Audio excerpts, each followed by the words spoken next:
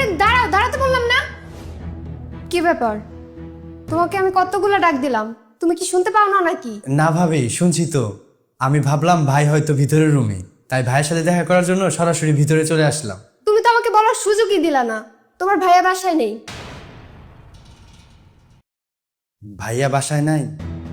কিন্তু ভাইয়া তো আজকে সকালে আমাকে ফোন দিয়ে বাসায় আসতে বললো। তোমার ভাইয়ের কি কোনো কিছু মনে থাকে নাকি? হয়তো বা তোমাকে আসতে বলছে, এর মধ্যে ভুলে গেছে। ভাইয়া আমাকে বাসায় আসতে বলে নিজেই ভুলে গেল। তাহলে ভাবে আমি এখন কি করব? কি আর করবা, শহরে আসছো কখন? ভাবি এইমাত্র শহরে আসছি, এসে আপনাদের বাসায় আসলাম। ও আচ্ছা, এখনো কিন্তু গ্রামে ফিরে যাবার গাড়ি পাওয়া যাবে। বেশি রাত করে ফেললে কিন্তু বাস পাবা না। ভাবি এখনই তো আসলাম, এখনই ফিরে যাব? তো যাবা না? গ্রামে আব্বা আম্মাকে দেখাশোনা করবে কে? তুমি যে ঢাকায় চলে আসছো, তাদের তো বাজার ঘাট বন্ধ। ও, তুমি আব্বা আমার বাজার নিয়ে চিন্তা করতেছো? আগামী 2 দিন বাজার নিয়ে কোনো সমস্যা হবে না। ভাইয়া তো বললো 2 দিন বাসায় থাকতে হবে কোনো একটা কাজে, এই জন্যই তো সব বাজার করে দিয়ে আসছি। আমি তো তোমাকে বললাম যে তোমার ভাইয়ার কোনো কিছু মনে থাকে না, হয়তো বা বলছে আবার ভুলেও গেছে। ঠিক আছে ভাবি, তাহলে আমি চলে যাইতেছি। ও ভাবি, ভাইয়াকে একটা ফোন দাও, আমি কথা বলে যাই। তোমার ভাইয়ার সাথে কথা বলবা? হ্যাঁ ভাবি, আমার কাছে তো ফোন নাই। গতকালকে রাত্রে আব্বার ফোন দিয়ে ভাইয়ের সাথে কথা বলছিলাম, ভাইয়া আসতে বলছে। এখন আসার পরে ভাইয়ের সাথে কথা না বলে যদি চলে যাই, ভাইয়া কি মনে করবে? রাগও করতে পারে। ভাইয়াকে একটু বলে যাই, তুমি ভাইয়াকে একটু ফোন করো। আমার ফোনে তো চার্জ নাই, তুমি যাও। তোমার ভাইয়া বাসায় আসলে তোমার কথা বলবো নি। ভাবি, চার্জে দিয়েও তো কথা বলা যায়। চার্জে থাকুক, আমি একটু ভাইয়ের সাথে কথা বলি, অন্তত আমি বইলা যাই। তা না হলে ভাইয়া মন খারাপ করবে। তোমাকে বলছি না যে তোমার ভাইয়া মন খারাপ করবে না। আর 2 দিন পর পর আমাদের বাসায় তোমাদের এত কি? গ্রামে থেকে তোমার আব্বা চিকিৎসা করাতে শহরে আসে, এসে আমাদের বাসায় ওঠে, আর যাবার কোনো নাম নাই। এখন তুমিও 2 দিন পর পর আমাদের বাসায় আসো, কি কাজ নিয়ে আসো সেটা তোমরাই ভালো জানো। ভাবি, আমি 2 দিন পর পর তোমাদের বাসায় আসি। 2 দিন পর পর না আসলেও মাসে অন্তত 2 বার আসো। আমি শেষ তোমাদের বাসায় আসছিলাম গত শীতে, প্রায় 10 মাস পরে আমি তোমাদের বাসায় আসলাম। তেমন কোনো প্রয়োজন না হলে আমি তো তোমাদের বাসায় আসি না। আর ভাই তো ফোন করে বললো তোমাদের বাসায় আসার জন্য, এই জন্যই তো আমি আসলাম। আমাকে দেখে যে তুমি মন খারাপ করবা সেটা জানলে আমি আসতাম না। এরপরে যখন আমি আসবো, বাইরেই বসবো, বাইরে ভাইয়ের সাথে দেখা করব। সেটা করলেই তো ভালো হতো। বাসায় এসে সব কথা বলার কোনো দরকার আছে? না ভাবি, ঠিক আছে, আমি চলে যাইতেছি। কি ব্যাপার, কি হয়েছে এখানে?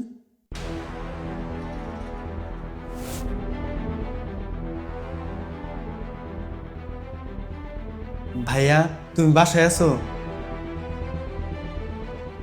হ্যাঁ, বাসায় তো, আমি সারাদিনই তো বাসায়। তোকে না আজকে সকাল সকাল চলে আসতে বললাম, তুই আসতে এত দেরি করলি কেন? আসছি তো অনেকক্ষণ আগেই, কিন্তু ভাবি বলল। আমি বললাম যে এত দূর থেকে আসছো, ঠান্ডা ঠান্ডা একটু শরবত খাও, তারপর না হয় তোমার ভাইয়ের সাথে কথা বলো। তো শরবত এখনো করে দাওনি? দেখছি না তো। না না, করতেই তো যাচ্ছিলাম। কাউসারকে একটু জিজ্ঞেস করলাম যে আব্বা আম্মা কেমন আছে। আচ্ছা, আব্বা আম্মার খোঁজ খবর নিচ্ছিলা? তো আব্বা আম্মা কেমন আছে? হ্যাঁ, তুমি ওকে জিজ্ঞেস করেছো না আব্বা আম্মা কেমন আছে? ও তো উত্তর দিয়েছে, সেটা আমাকে বলো, আব্বা আম্মা কেমন আছে? আব্বা আম্মা কেমন আছে? ভালো আছে, অনেক ভালো আছে। আচ্ছা, আব্বা আম্মা তাহলে ভালো আছেন। আর কি কি খবর নিলা শুনি একটু। হ্যাঁ, কানে কি শুনতে পাচ্ছ না? আমি জিজ্ঞেস করলাম যে আর কি কি খবর নিলা গ্রামের, একটু বলো শুনি। আর কি কি খবর নিলাম কাউসার? কি ব্যাপার, কথা বলতেছিস না কেন? কি কি খবর নিল তোর ভাবি? আচ্ছা ঠিক আছে, তোমরা দুজনে বসো, আমি তোমাদের জন্য ঠান্ডা ঠান্ডা শরবত নিয়ে আসতেছি। না না, কই যাচ্ছ, দাঁড়াও। আব্বা আমার আরেকটু খোঁজ খবর নাও, তারপরে যাও। কি হয়েছে বলো তো? আমার আব্বা 2 দিন পর পর অসুস্থ হয়ে ঢাকা শহরে আসে, তারপর চিকিৎসার নাম করে আমাদের বাসায় এসে ওঠে। যাওয়ার কোনো নামই নেয় না, তাই না? কি ব্যাপার, কথা বলতেছো না কেন? তুমি আমাদের সব কথা শুনে ফেলছো। আমি আসলে ওইভাবে বলতে চাইনি। যেটা বলছো সেটা তো শুনলামই।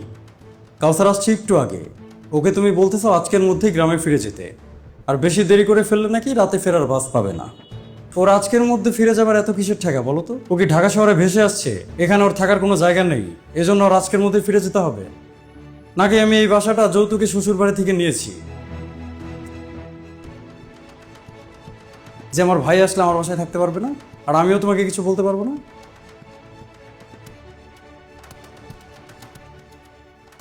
এটা আমার উপার্জিত কষ্টের টাকায় তৈরি করা বাসা। এখানে আমার ভাই আসবে, আমার বাবা আসবে, মা আসবে, সেটা নিয়ে তোমার এত কষ্ট থাকতে পারে বলে তো আমার মনে হয় না। যদি তোমাদের বাড়িতে ঘর জামাই থাকতাম, আমার ভাইকে কথা শোনাতা, আমার বাবাকে মাকে কথা শোনাতা, হয়তো মেনে নিতাম। ঘর জামাই তো না আমি, কথা বলার মুখ আমার আছে। এই যে এত কষ্ট করি, কার জন্য করি? তোমার জন্য করি, ওদের জন্যও করি। কেউ তো কারো থেকে কম না, তোমরা সবাই আমার আপন। এখন তোমার চোখে যদি ওরা কাটা হয়ে যায়, সেটা তো সমস্যার বিষয়।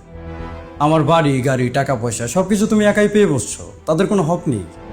যদি তুমি এমনটা মনে করো, তাহলে তুমি বোকার স্বর্গে বাস করতেছো। ভাইয়া থাক, ভাবি আমাকে কিছু বলে নাই, তুমি ভাবিকে কিছু বলো না। এই তুই থাম, তোর কেউ কিছু বলতে বলছে? তোকে আমি আমার বাসায় আসতে বলছি একটা দরকারে। তুই বাসায় আসবি, 5-7 দিন থাকবি, তোর ভাবি তোকে আদর যত্ন করবে, তারপরে তুই বাড়িতে যাবি। তুই সকালে আসছিস, বিকালে আমার বাড়ি থেকে বের হয়ে যাবে, এই জন্য তোরা আসতে বলছি। এটা যে একটা সমস্যার বিষয়, তুই বুঝতেছিস না? বুঝতেছিস না? আমি তো বুঝতেছি। আমি আসলে ওভাবে বলিনি, তুমি কিছু মনে করো না। না না, আমি কি মনে করব? আমি তো কিছু মনে করছি না। মনে করবে তো আমার ভাই। আজকে না হয় ও ছোট, কিছুদিন পর বিয়ে করবে, বাচ্চা কাচ্চা হবে, তারপর জীবনের একটা সময় গিয়ে ও মনে করবে ওর ভাই কাপুরুষ। ওর ভাই প্রতিবাদ করতে জানে না, কিছু বলতে জানে না, নিজের ছোট ভাইয়ের চোখে এত ছোট হওয়ার মতো সাহস আমার নেই। তোমার এসব বেয়াদবিকে আমি যদি আজকে প্রশ্রয় দেই, ভবিষ্যতে আমার ভাই আমাকে কাপুরুষ মনে করবে, সেটাই স্বাভাবিক। কিন্তু আমি তো কাপুরুষ না, আমি তো তোমার এসব বেয়াদবিকে প্রশ্রয় মোটেও দিব না। আমার ছোট ভাই আমার বাসায় আসছে, ও আমার বাসায় থাকবে। আর আব্বা আম্মাকে কালকে যে আমি নিয়ে আসবো গ্রামে থেকে, যদি নাও আসতে চাই জোর করে নিয়ে আসবো। আব্বা আম্মার তো আবার স্বভাবটা ভালো না, তারা আবার গ্রাম থেকে আসতে চায় না। এই সুযোগটাই আবার তুমি পেয়ে বসছো, সব কিছু তোমার একার হয়ে গেছে। এখন আমি কি করবো? আব্বা আম্মাকে জোর করে বাসায় নিয়ে আসবো, তারা এই বাসায় থাকবে। তুমি একটা কাজ করো, তোমার ব্যাগট্যাগ গুছিয়ে বাড়িতে চলে যাও। আমি তোমার আব্বার সাথে কথা বলে তোমাকে পরে নিয়ে আসবো। বাড়িতে যাব মানে? মানে তোমাদের বাড়িতে যাবা? তোমাদের বাড়ি চেনো না? যাও। আমি পরবর্তীতে তোমার আব্বা আম্মার সাথে এই বিষয়ে কথা বলবো, কথা বলে তারপর তোমাকে নিয়ে আসবো। যদি তুমি আমার বাবা মাকে নিজের বাবা মা মনে করো, আমার ভাইকে নিজের ভাই মনে করো, তাহলে তোমার পরিবারের লোকজনের সাথে কথা বলে আমি সেভাবে তোমাকে সসম্মানে নিয়ে আসবো। আর যদি সেটা না মনে করতে পারো, সেটারও একটা ফয়সালা আছে, মুরব্বীরা আছেন, মুরব্বীরাই সেটা করবেন। আমি আসলে বুঝতে পারিনি। না, বোঝো নাই সেটা তো কোনো কথা হতে পারে না। তুমি তো আর ছোট বাচ্চা না, বোঝার মতো যথেষ্ট বয়স তোমার হয়েছে। আর তুমি না বুঝলেও আমি অনেক কিছুই বুঝতে পারছি। তোমার যে ধরনের কথাবার্তা, যে ধরনের আচার আচরণ, আমার সন্তান বড় হয়ে যদি দেখে তার মায়ের মুখের ভাষা এমন, আচার আচরণ এমন, সেটা তার জন্য মোটেও ভালো হবে না। সে এমনটা শিখতেও পারে। আমার সন্তানের জন্য একজন ভালো মা দরকার, আর আমার জন্য একজন ভালো স্ত্রীর। আর আমি কিন্তু এখন এটা বলতেছি না যে তুমি একেবারে আমার বাসা থেকে চলে যাও। যদি তুমি নিজেকে শুধরাতে পারো, তাহলে তুমি আমার বাসায় আসবা। আর না শুধরাতে পারলে আসার কোনো দরকার নেই, কারণ এখানে তোমার উপর কোনো ধরনের জুলুম চাপিয়ে দেওয়া হচ্ছে না। শুধুমাত্র তাদের প্রাপ্যটা তোমাকে তাদের দিতে হবে, এতটুকুই তোমার কাছে আমার চাওয়া। এখন তুমি যাও, ব্যাগ গোছাও, তোমাদের বাড়িতে যাব। কি হলো, শুনতে পাওনি? তুমি এই মুহূর্তে আমার চোখের সামনে থেকে যাও, ব্যাগ ট্যাগ গোছাও, তারপর বেরিয়ে যাও। থাক ভাইয়া, তুমি ভাবিকে আর কিছু বলো না। তাই তুই চুপ থাক, একটা থাপ্পড় দিয়ে দাঁত ফালাই দিব, মাথা পড়েছিস না? অনেক বুঝিস। যাও, তুমি যাও। তুমি আবার দাঁড়িয়ে আছো কেন? যাও।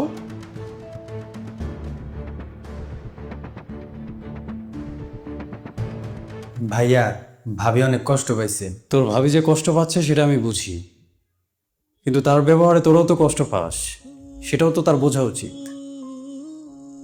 সে যখন তোদের কষ্টটা বুঝবে, তোদের প্রাপ্য সম্মানটা তোদের দিবে, তখন তার প্রাপ্য সম্মানটাও আমি তাকে দিব।